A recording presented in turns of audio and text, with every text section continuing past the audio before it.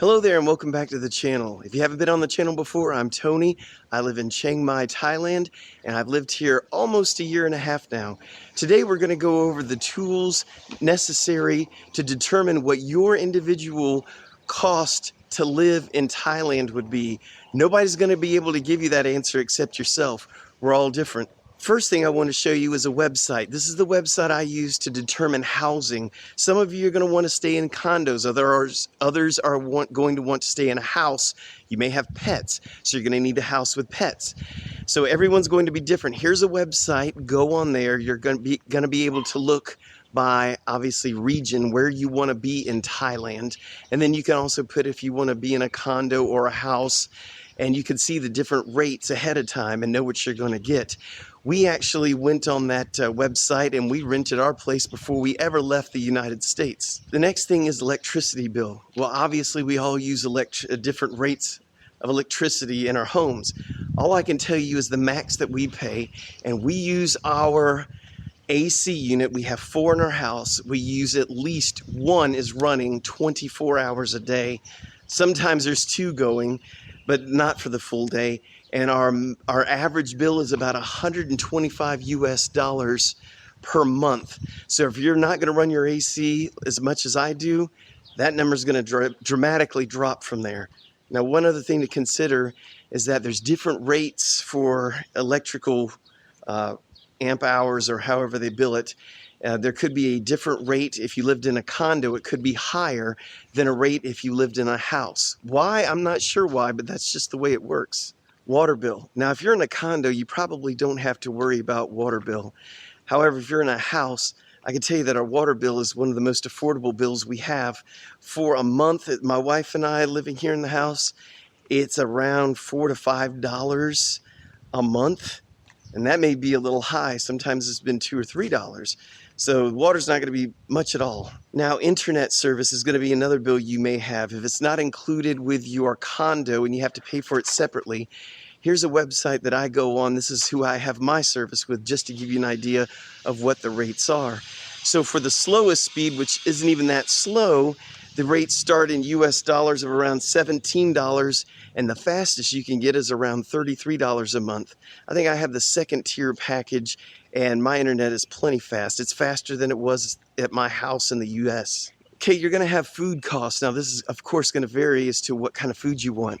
Give you an idea, though, if you want to go dirt cheap, you want to eat from food vendors, let's say on street vendors or ones in market, you're going to look about up in here in the north of Thailand, about 40 baht, 50 baht, maybe 60 baht per meal, which you're still talking $2 on average for food, for a meal, a good one. But of course, that cost can go straight up if you want to go to the tourist spots, if you're wanting fancy Western food.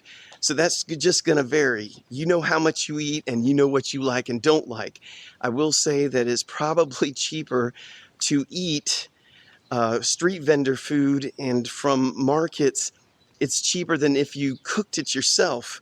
That's not always going to be the case, but if you're wanting to cook your Western food and buy the Western ingredients, you will pay more money than you will just eating at these markets or even having it delivered. Trash fee. Now, if you're, again, in a condo, you probably don't have to worry about trash. You just probably bring it downstairs and they take it away from you. Here in a house where I live, the cost is 150 baht for a month. I mean, that's all we pay. So that's not very much at all. That's about $5 a month for garbage pickup. Not bad. And they pick up every week. Now, don't forget visa fees. Some of you are going to come over on an ED visa. Some are going to come on a non-O or a retirement visa. All these different kind of visas. There's fees associated with it. You're going to need to do 90-day check-ins, and all of the visa fees are different because some people will do an ED visa where they're going to a school and they're getting their visa through that. I'm going to give you a couple of prices, or actually a price that I know for a language school is around 55,000 baht.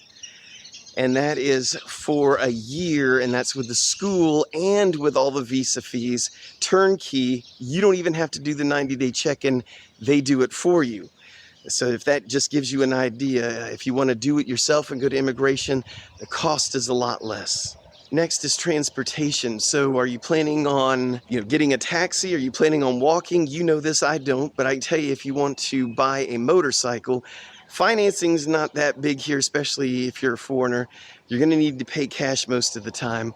Be careful if you buy used. But when we're talking about cost, one of the best ways I can show you for the cost of a used vehicle is to go on to Facebook, their Facebook marketplace, and put in the location. For me, it would be, I'd put in Chiang Mai, and you could see how much cars are going for. That's where I've been through two cars. Both of them I found on Facebook Marketplace. So that'll give you a good indicator of how much money you would need for a car or a motorcycle.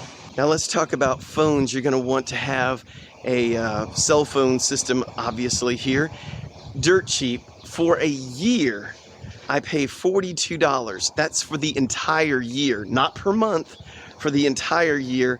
And the service is fantastic. Have no problems. The service I use is AIS. Now let's not forget the little things. Unlike myself, you might need to get haircuts. Haircuts here are pretty cheap. I asked my wife how much a haircut was for her. It's pretty cheap, could be anywhere from $12 up to $25. It really depends on what kind of salon you go into, whether it's a cheaper type place or is it a fancy one like Aveda Salon. For guys, I can tell you, only because my son visited and got his haircut, it's about 150 baht to get your haircut. So it's not too bad whatsoever. Okay, if you're here long enough, you're going to need dental cleaning at least every 6 months, hopefully. And a dental cleaning is not going to break you here. $23 US for a cleaning. There were 3 people working on me. One was doing their thing in my mouth. The other one was doing the little suctions thing, and I don't know, the other one was doing something to assist them.